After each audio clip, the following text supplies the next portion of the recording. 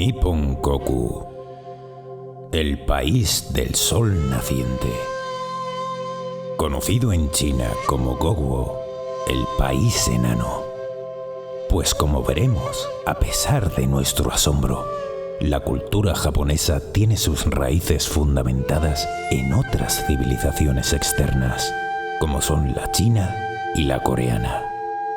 El folclore que llega hasta nuestros días es fruto de la fusión de unas creencias, tradiciones y costumbres de otros pueblos de Asia que se fueron integrando en el archipiélago, conformando una identidad propia hacia el siglo XVII durante su aislamiento o sakoku por parte del shogunato de Tokugawa. Sean todos bienvenidos a este viaje por las oscuras raíces del país del sol naciente.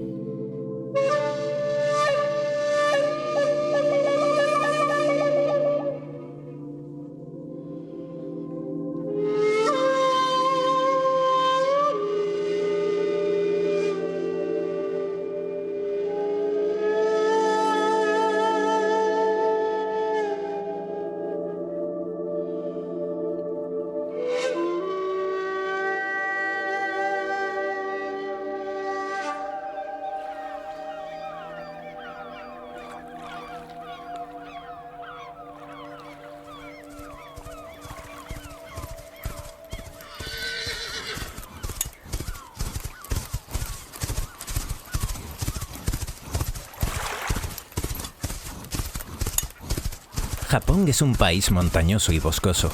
La mayor parte de su área geográfica se compone de montañas y casi la mitad del territorio se encuentra cubierta por bosques.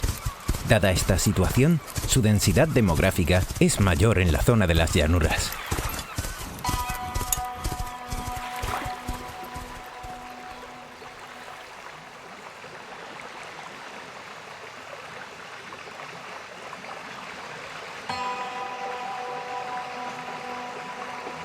El archipiélago japonés, cuya población tiene una densidad muy superior a la de China, ha conservado, sin embargo, mucho más arbolado. El bosque cubre el 56% de la superficie del país.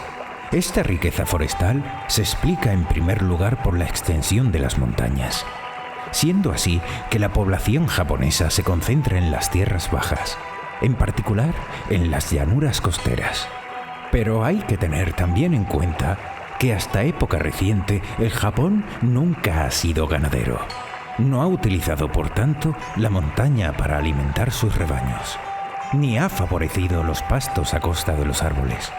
Además, el pueblo japonés ama la naturaleza y respeta al árbol. Se multiplican parques y reservas, y los servicios forestales repueblan los sectores estropeados, en particular a consecuencia de la guerra. Extraído de la vegetación de la tierra, de Alain Wet de Lens.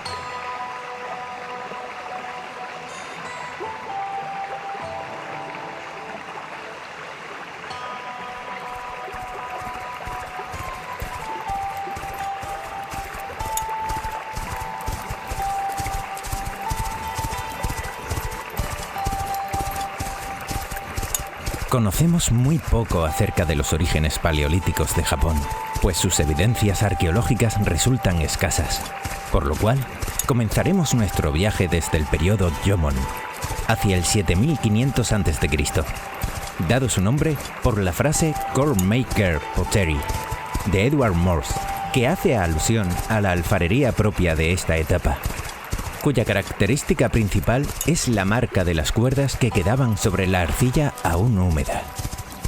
Durante este periodo se da la presencia de sociedades de cazadores y recolectores de productos autóctonos de la zona, que tienen un patrón elevado de sedentarismo o semisedentarismo y elaboran asentamientos excavados en el suelo con un techo de paja.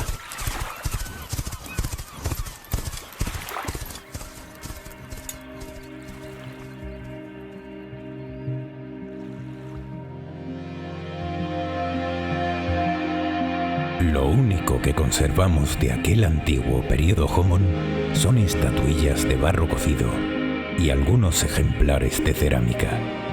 Son figurillas de motivación religiosa, quizá funeraria, como es típico de estos pueblos. Suele estar decorada con elementos abstractos de tipo geométrico. Las formas de estos exvotos son también marcadamente geométricas, pero conservan el parecido humano en forma dinámica y sugestiva.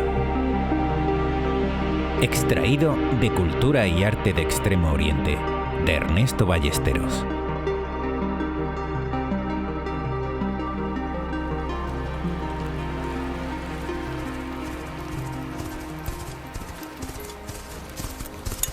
La religión primitiva es el sintoísmo, llamada así desde el siglo VIII para distinguirla del budismo. Sinto puede traducirse como el camino de los dioses. Es una concepción animista del mundo, una religión profundamente ligada a la naturaleza, sin un mesías ni un concepto de salvación. La muerte no se concibe como el final, sino como el equilibrio entre el hombre y la naturaleza.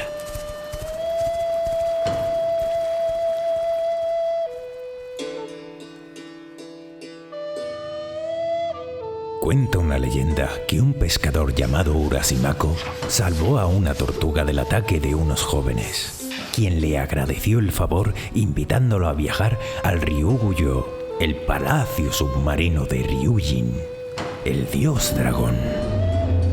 A Urashimako se le otorgó el poder de respirar bajo las aguas, pero tras pasar 3 días en el palacio decidió volver para visitar a su anciana madre. La tortuga lo acompañó hasta tierra firme y le entregó una caja que nunca debía ser abierta. Para su sorpresa, Urashimako descubrió que la tierra había cambiado, pues habían pasado 300 años desde su partida y lo habían dado por muerto. Desconsolado, se sentó bajo un árbol y abrió la misteriosa caja. En ese momento, Urashimako se convirtió en un anciano, pues en la caja moraba su edad. Extraído del Nihonsogi, de Ono Yasumaro.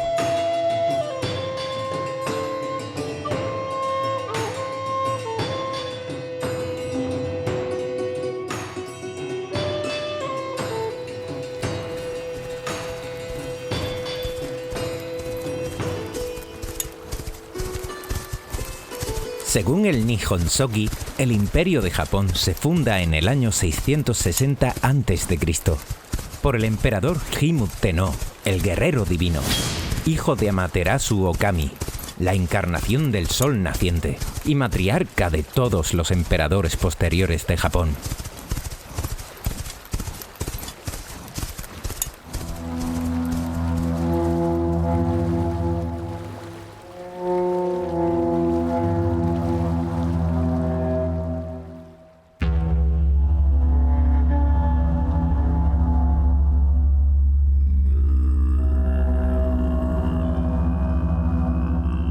En la era de los dioses Amaterasu o Mikami, la deidad solar, atemorizada por las ofensas cometidas por su hermano Susano, dios de la tormenta, decidió esconderse en el interior de una cueva, privando así de la luz del resto de los habitantes de la tierra. Los campos de arroz se estropearon, los hombres no distinguían entre el día y la noche. Los animales campaban a sus anchas y el peligro rondaba por todas partes. Los kami intentaron por todos los medios sacar a Amaterasu de la cueva, pero su empeño fue inútil. Entonces, Ami no Sume no Mikoto, diosa de la risa, decidió danzar frente a la cueva. Mientras bailaba, sus vestimentas comenzaron a desprenderse, dejándola completamente desnuda, lo que provocó la risa de todos los demás kamis y la curiosidad de Amaterasu, que hizo que saliera de la cueva, devolviendo con su presencia la luz de nuevo a la tierra. Extraído del Kojiki de Ono Yasumaro.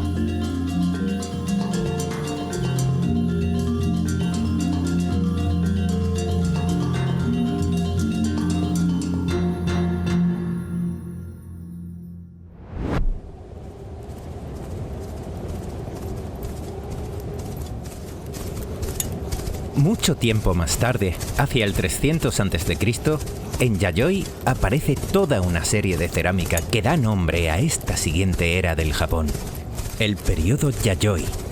Es en este preciso momento cuando se producen las distintas migraciones que introducen en el archipiélago el cultivo del arroz y el uso del metal, con el que se crean espadas, espejos o herramientas agrícolas. Se establece a su vez una jerarquía social por medio de cacicazgos y la división del trabajo. La agricultura se expande y supone un cambio radical en la forma de vida de los habitantes del archipiélago, apareciendo con ello las primeras granjas familiares alrededor de los campos de cultivo y abandonando la tipología de aldea fortificada que predominó durante la era anterior. El sedentarismo que la agricultura conlleva cambia además los patrones sociales según el volumen de los beneficios a largo plazo que genera esta forma de subsistencia, unos beneficios que contribuyen a la diferenciación social. Los documentos que hablan de estas etapas más antiguas de Japón hacen referencia a personajes míticos y sus hazañas, entremezclando la mitología con la historia, tal y como se describe en textos como el Furukotofumi o el Nihonji, algunos de los más antiguos del archipiélago.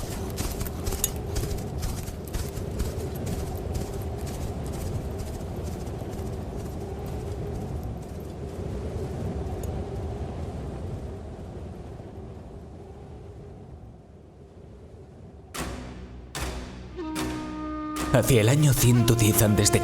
vivió un valiente príncipe llamado Yamato Takeru, hijo del emperador Keiko Tenno, quien recibió de su tía, la princesa Yamato, la espada milagrosa Sanagi no Tsurugi, empuñada desde los albores de la tierra por el poderoso dios de las tormentas Susanoo, quien la encontró entre las entrañas de la gran serpiente de 8 cabezas, Yamata no Orochi. Durante una cacería, Yamato Takeru fue emboscado por el fuego de las flechas de sus enemigos y el viento desplazaba rápidamente las llamas por la hierba seca. Pero descubrió que con cada corte de la espada el viento cambiaba a su voluntad. Así que alzó la mítica espada y con movimientos precisos dirigió su filo hacia sus enemigos, enviando el fuego de vuelta hacia ellos. Extraído del Kojiki, de Ono Yasumaru.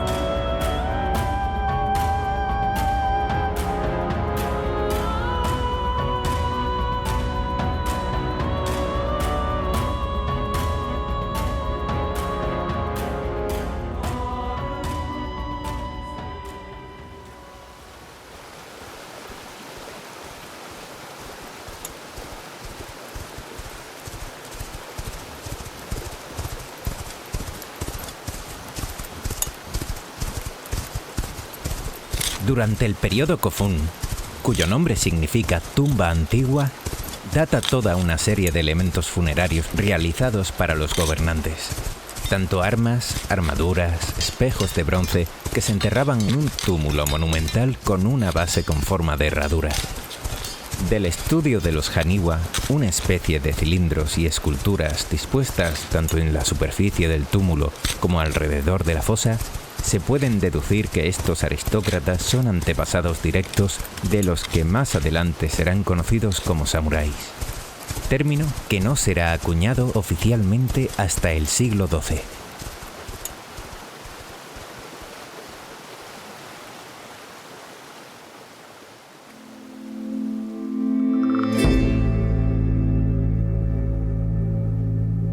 La senda del samurái se halla en la muerte. Cuando le llega a uno o a otro, solo queda la fugaz elección de la muerte. No es particularmente complicada. Hay que estar resuelto de antemano. Decir que se muere sin haber alcanzado nuestro objetivo es morir como un perro. Es una frivolidad digna de los más sofisticados. Cuando llega la acuciante elección entre la vida y la muerte, ya no es necesario alcanzar nuestro objetivo. Extraído del Hagakure, el camino del samurái, de Yamamoto Tsunetomo.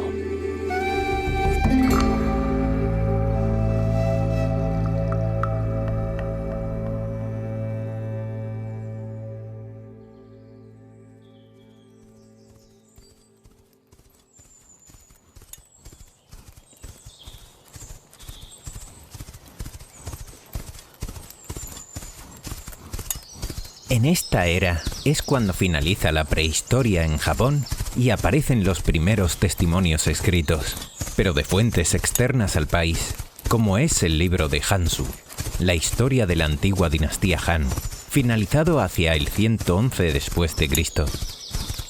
Algunos de sus emperadores fueron Richu Tenno, quien murió por enfermedad en el 6º año de su reinado, y fue sucedido por Hansei Tenno.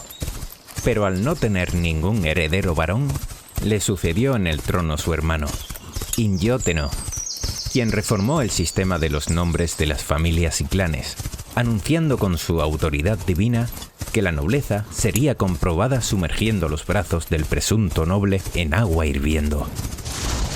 Según Inyo, los dioses protegerían solo a aquellos que afirmasen decir la verdad.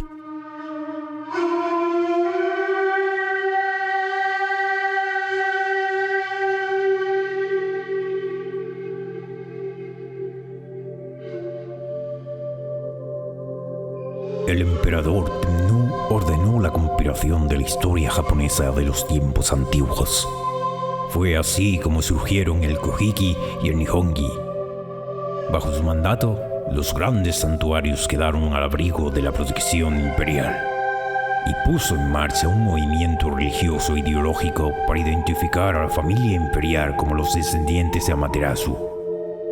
Tanto el emperador Tenmu como la emperatriz Hito fueron descritos por los poetas de la corte como kami vivientes.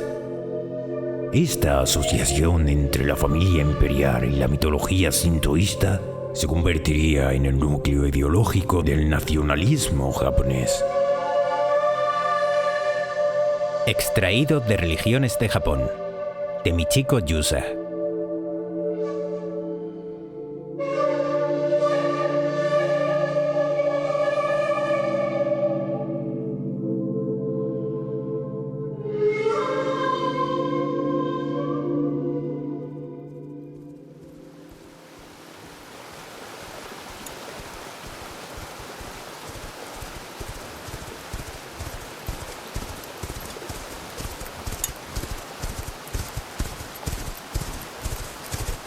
Posteriormente, durante el periodo Asuka, hacia el año 552, se introduce el budismo en Japón, lo que desencadenó una profunda grieta entre el clan Mononobe, partidario de las deidades tradicionales japonesas, y el clan Soga, que apoyaba la adopción del budismo.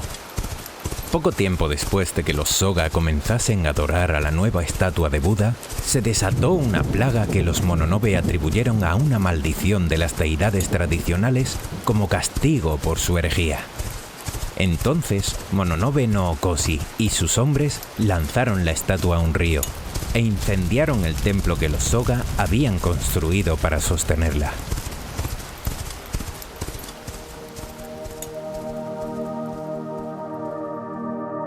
Las luchas entre los clanes favorables a la tradición local y los clanes pro-budistas desembocaron en la batalla de Shijisan, de la que salió ganador el clan reformista de los Soga. El emperador Yomei reconoció la nueva religión y el budismo comenzó de esta manera a difundirse por el archipiélago nipón. Extraído de Pensamiento y Religión en Asia Oriental, de Antoni Prevosti.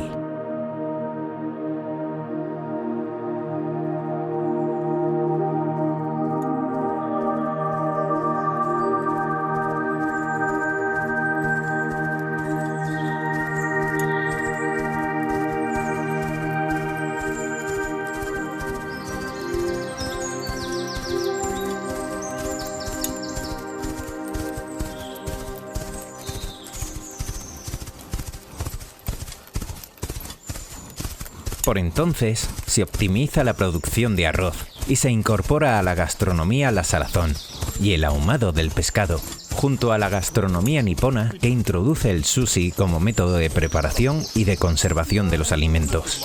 Y el idioma japonés se escribe aún en caracteres chinos, hasta que aparezcan los caracteres propios del país para reflejar el idioma hablado muchos años más tarde.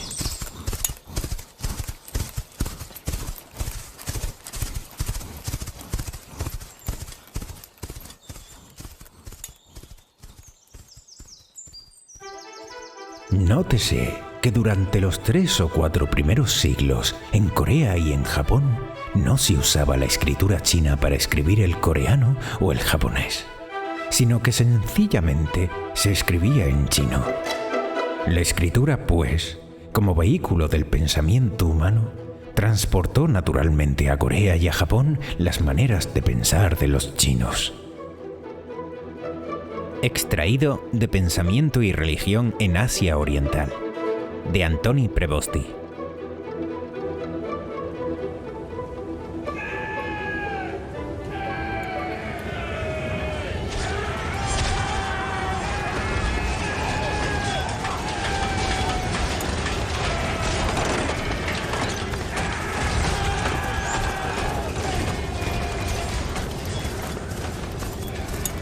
En el año 593, tras diferentes fricciones y disputas, el trono queda vacío y se opta por coronar a la primera emperatriz de Japón, Suiko, quien implantó el reconocimiento del budismo en el país, gracias a la promulgación del Edicto de los 3 Tesoros Florecientes, o la adopción del sistema de 12 niveles de tapas y rangos. Otra emperatriz posterior fue Koyoku, bisnieta del emperador Bidatsu, quien abdicó a favor de Kotoku Tenno. Pero a su muerte volvió a asumir el trono con el nombre de Saimei.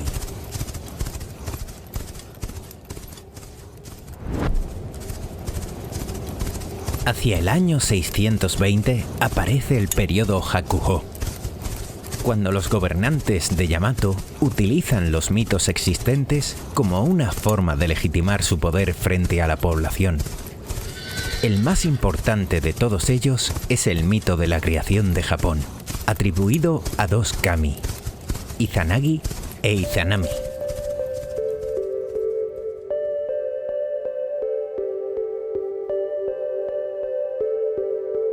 En los tiempos en que el cielo y la tierra acababan de empezar a separarse, la tierra era apenas una especie de medusa o una mancha de grasa flotante.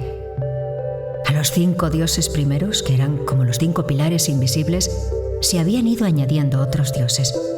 Los últimos formaban una pareja y se llamaban él Izanagi y ella Izanami.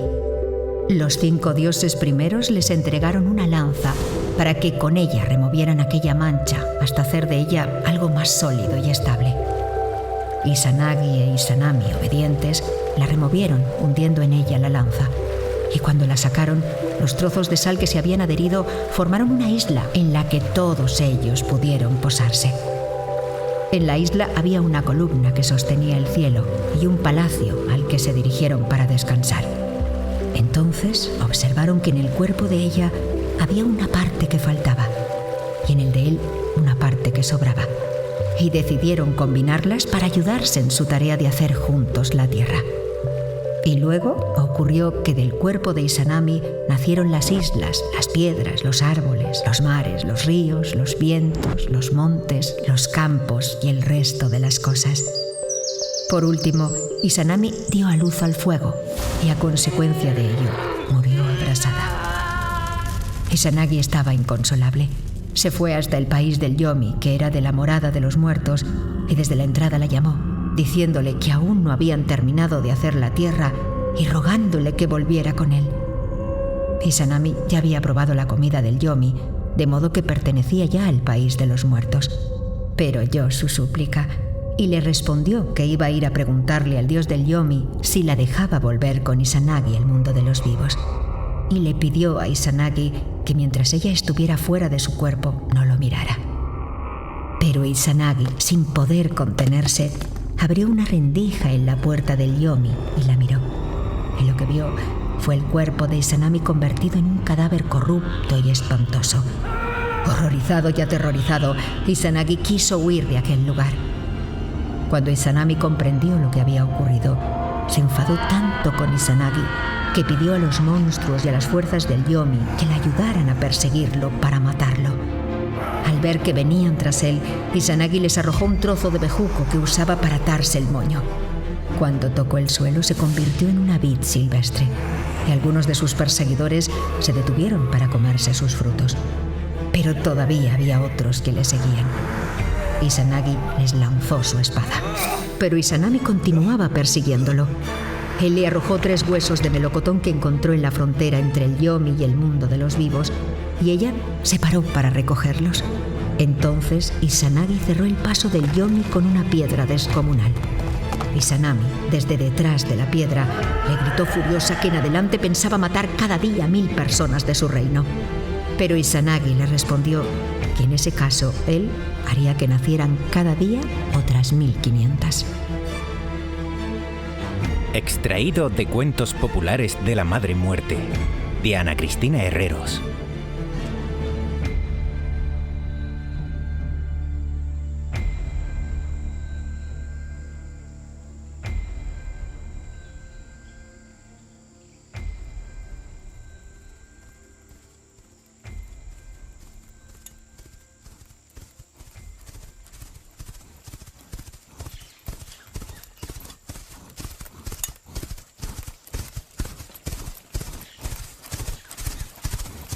Los kami son seres espirituales que animan a las fuerzas y fenómenos de la naturaleza, como las montañas, rocas o árboles.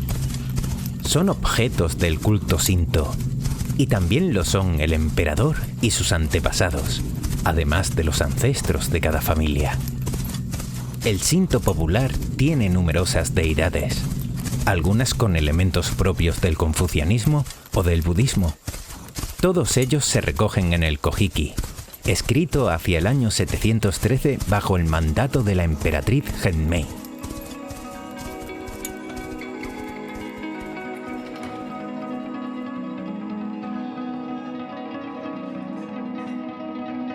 Las primeras deidades surgieron de la alta planicie celestial, o Takagamahara.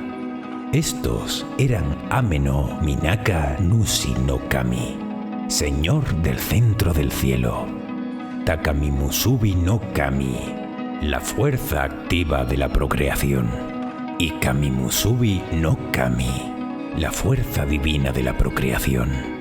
Se trata de divinidades individuales que ocultaron sus cuerpos y el significado de sus nombres a los hombres.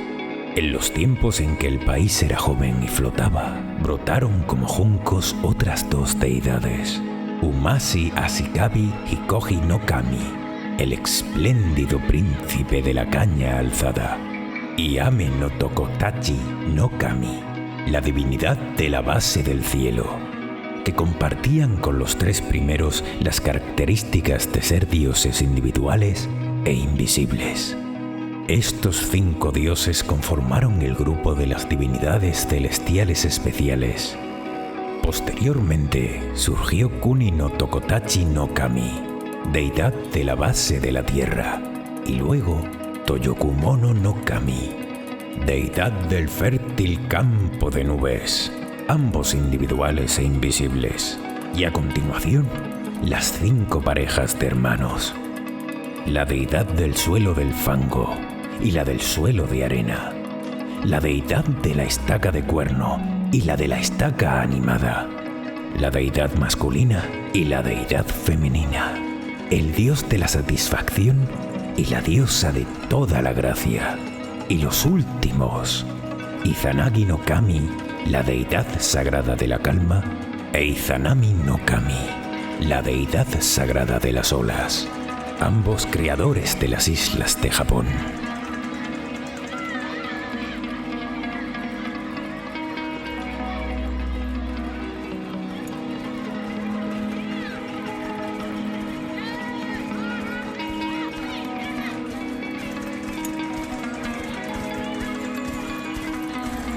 Durante el periodo Nara, hacia el año 710, el budismo y el confucianismo prosperan, gracias al patrocinio del gobierno, y se utilizan para apoyar el poder político, construyendo templos tanto en la capital como en cada una de las provincias.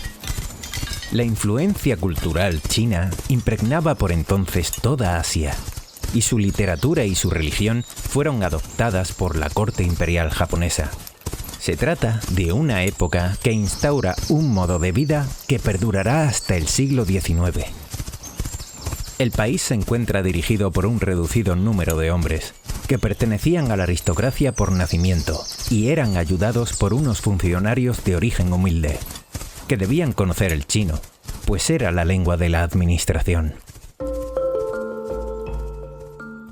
Diseñada a imagen y semejanza de Chang'an, la capital china Tang, Nara se convirtió en una escenificación espacial del orden geomántico Ritsuryo, el poder de la corte y la autoridad teocrática. La proximidad al palacio imperial constituía un signo de poder. Al igual que en la burocracia de la corte, la cercanía al emperador significaba poder político. Extraído de Historia de Japón, de Brett Walter.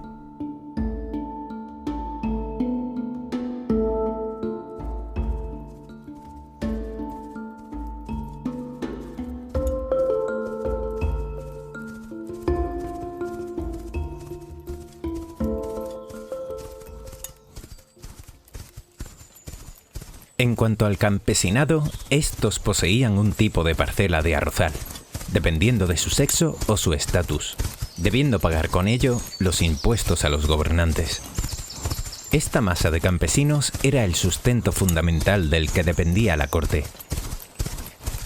Gracias a la formación cultural por parte de los coreanos y los chinos, los japoneses adquirieron la capacidad de realizar multitud de estatuas de Buda y monjes, así como la construcción de grandes templos como el Yakushi-ji, el Toso-dai-ji y el Todai-ji. Y tomando como referencia el arte chino, también crearon las máscaras para el teatro.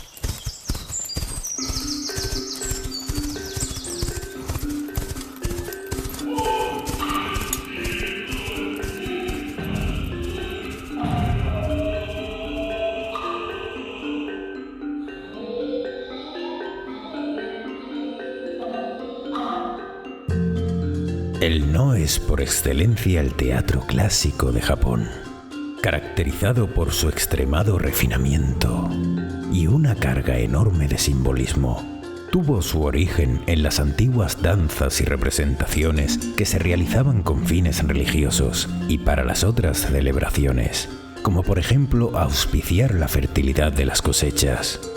Cobró vida propia como resultado de un trabajo conjunto realizado por un padre y su hijo, Kanami y Zeami, quienes incorporaron innovaciones en el sarukagu, la forma primitiva popular de entretenimiento teatral con que contaban los japoneses en esa época, que provenía de las antiguas fuentes nativas e incorporaciones extranjeras.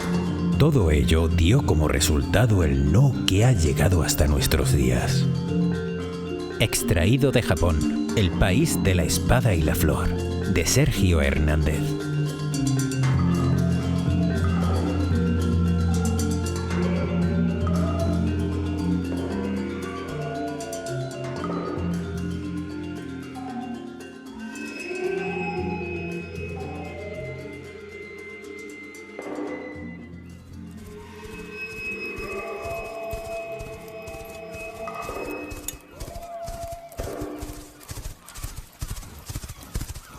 Los caracteres chinos llegan por primera vez a Japón en los sellos oficiales, las cartas o las monedas. Así nacen los kanji, uno de los 3 sistemas de escritura japoneses, denominado Manjōgana, junto con los silabarios denominados hiragana y katakana, para los que existen reglas generales a la hora de combinarlos, pues cada uno tiene una función diferente. Los kanji se utilizan en su mayoría para expresar conceptos. Luego surgirán los primeros kana, un sistema de escritura derivado del kanji y usado dependiendo de sus valores fonéticos. El hiragana, desarrollado a partir de la escritura cursiva de los kanji, y el katakana, que evoluciona a partir de partes abreviadas o extraídas de los kanji regulares, como un sistema de glosa para añadir sonidos o explicaciones a los sutras budistas.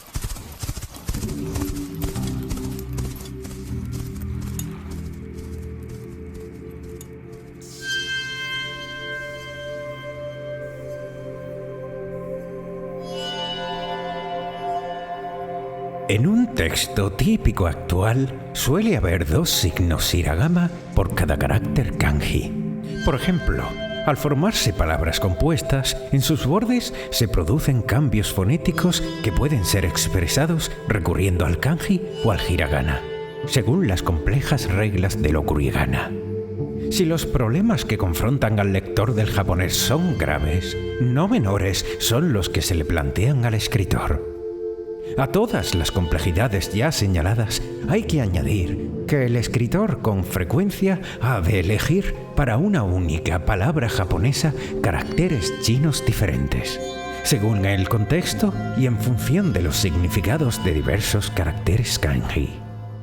La lengua japonesa escrita hace muchas distinciones, pero no conoce el japonés hablado, pues los chinos y los japoneses no piensan que la escritura refleje la lengua, sino al revés. Piensan que la lengua es un reflejo imperfecto y bajo de la escritura. Extraído de Teoría de la Escritura, de Jesús Mosterín.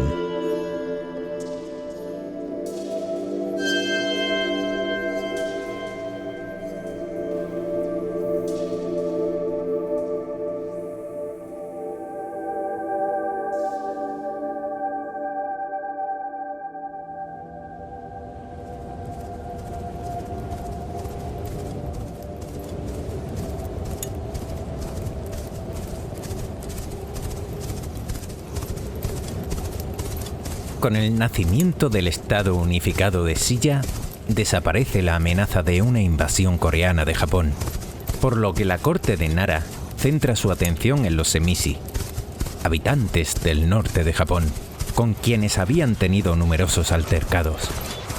En el 774 estalla una importante revuelta, conocida como la Guerra de los 38 años, donde los Emishi utilizaron un sistema de guerra de guerrillas y una espada de hoja curva, que tenía mejor desempeño cuando se montaba, a diferencia de la espada recta del ejército de la corte de Nara. Gracias a Sakanoue no Tamarumaro, lograron finalmente vencerlos, y este recibió el título de Sei Tai Shogun, o Gran General Apaciguador de los Bárbaros, expresión que después se utilizará para designar al líder de los samuráis.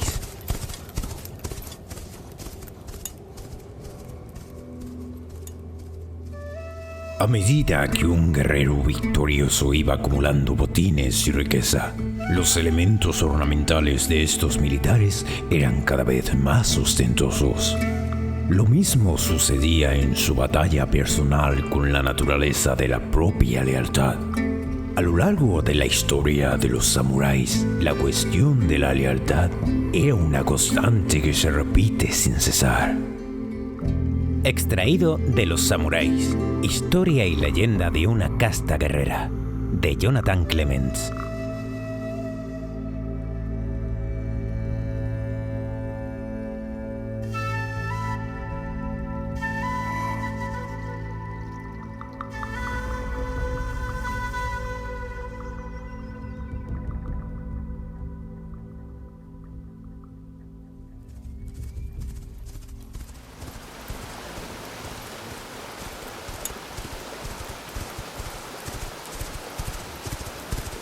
Durante el reinado de la primera emperatriz, Genzo Tenno, se finaliza la edición del Nihonsoki, el primer libro sobre la historia de Japón.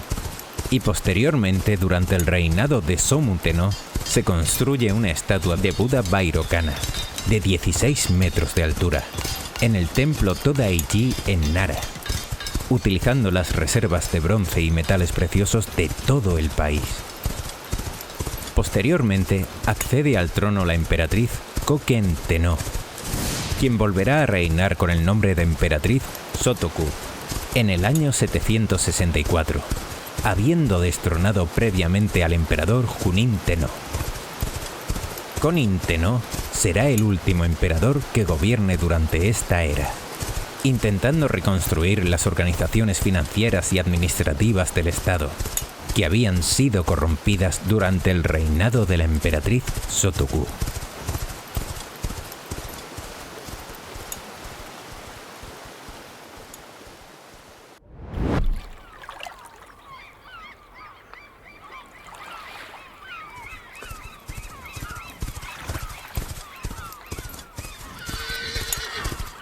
En el año 794 comienza el periodo Heian, cuyo nombre significa paz y tranquilidad, pues se trata de una época marcada por el culmen del confucianismo, de la corte imperial y de las artes, además del surgimiento de la clase samurái, o bushi, cuyo nombre proviene de la palabra saburao, que significa servir, con su método particular de suicidio ritual, el seppuku, y su código de valores, el bushido.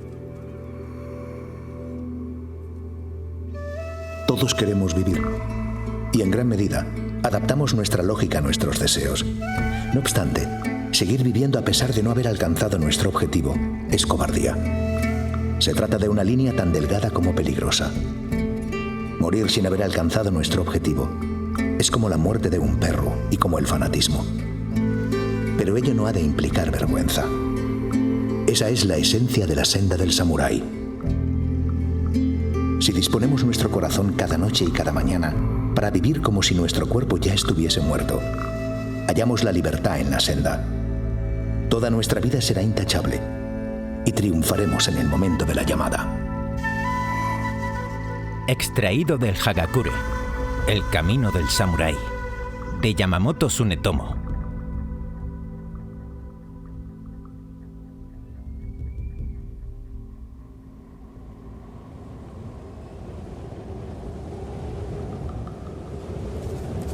El primer emperador del periodo Heian es Kamu Tenno, quien traslada a la capital de Nara a Nagaoka-kyo, para dejar a los poderosos budistas de Nara al margen de la política estatal.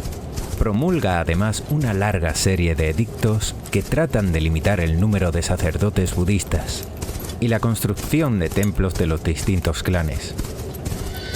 A pesar de su intento, el traslado fue un fracaso debido a las catástrofes naturales y al asesinato de su arquitecto real, Fujiwara no Tanesugu.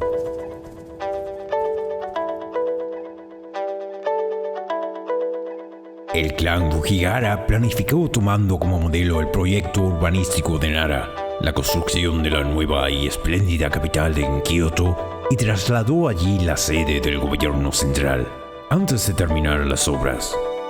Así pues, el poderío de los Fujiwara se incrementó de una manera tan vertiginosa que llegó a acaparar el liderazgo gubernamental durante varios siglos.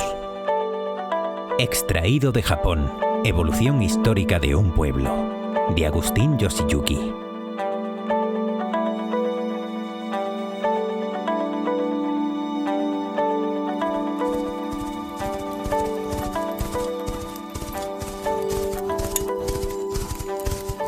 Los propietarios de los Zoen tenían acceso a las fuerzas de combate, y ya que obtuvieron una nueva tecnología militar como nuevos métodos de entrenamiento, arcos más potentes, armaduras, caballos y espadas más avanzadas, así el servicio militar se convirtió en parte de la vida de los Zoen.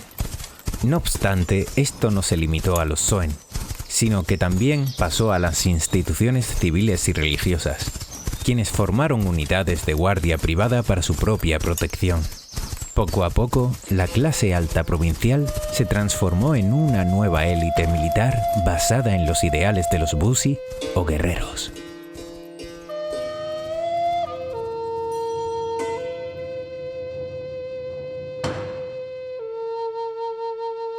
El bushi afirmaba que su elevada posición social requería una sinceridad de grado superior a aquella de un comerciante o campesino.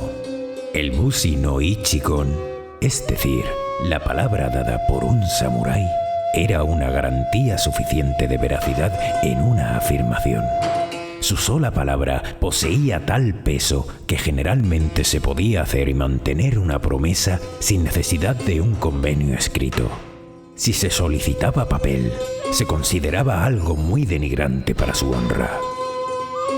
Extraído de Bushido, de Inazo Nitobe.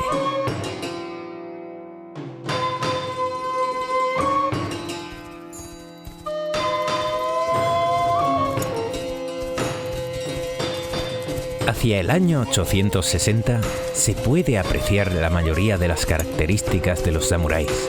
Jinetes a caballo, diestros en el uso del arco, además del empleo de espadas de hoja curva. Estos guerreros a caballo gozaban de la total confianza del trono de Crisantemo y se encargaban de la seguridad de las ciudades, así como de sofocar las revueltas que pudieran suceder.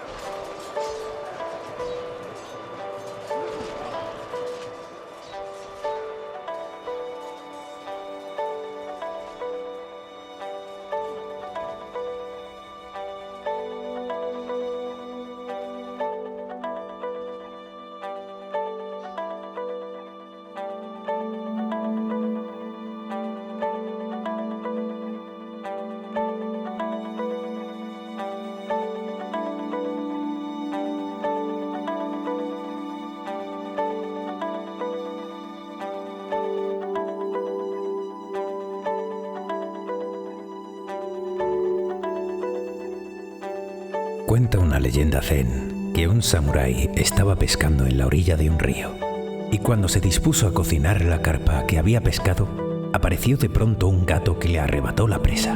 El samurái enfurecido desenvainó su katana y cortó al gato en dos, pero inmediatamente el remordimiento hizo mella en él. Había matado a un ser vivo innecesariamente. De camino a casa, el maullido del gato resonaba en su cabeza. Las personas parecían maullar a su alrededor, y durante la noche le parecía oír de nuevo ese mismo sonido. La obsesión comenzó a hacer estragos en la salud del samurái. El remordimiento lo torturaba y no le permitía descansar.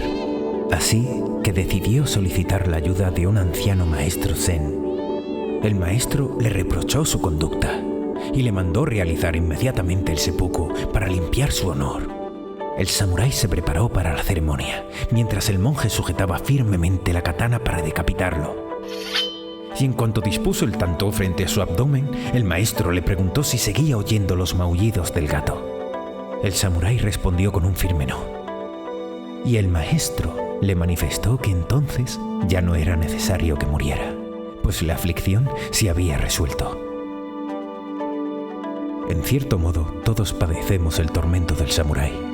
Nos preocupamos por las cosas más insignificantes. El pasado nos atormenta y nuestras inquietudes no merecen la importancia que le conferimos. Pero frente a las puertas de la muerte, ¿acaso hay algo más relevante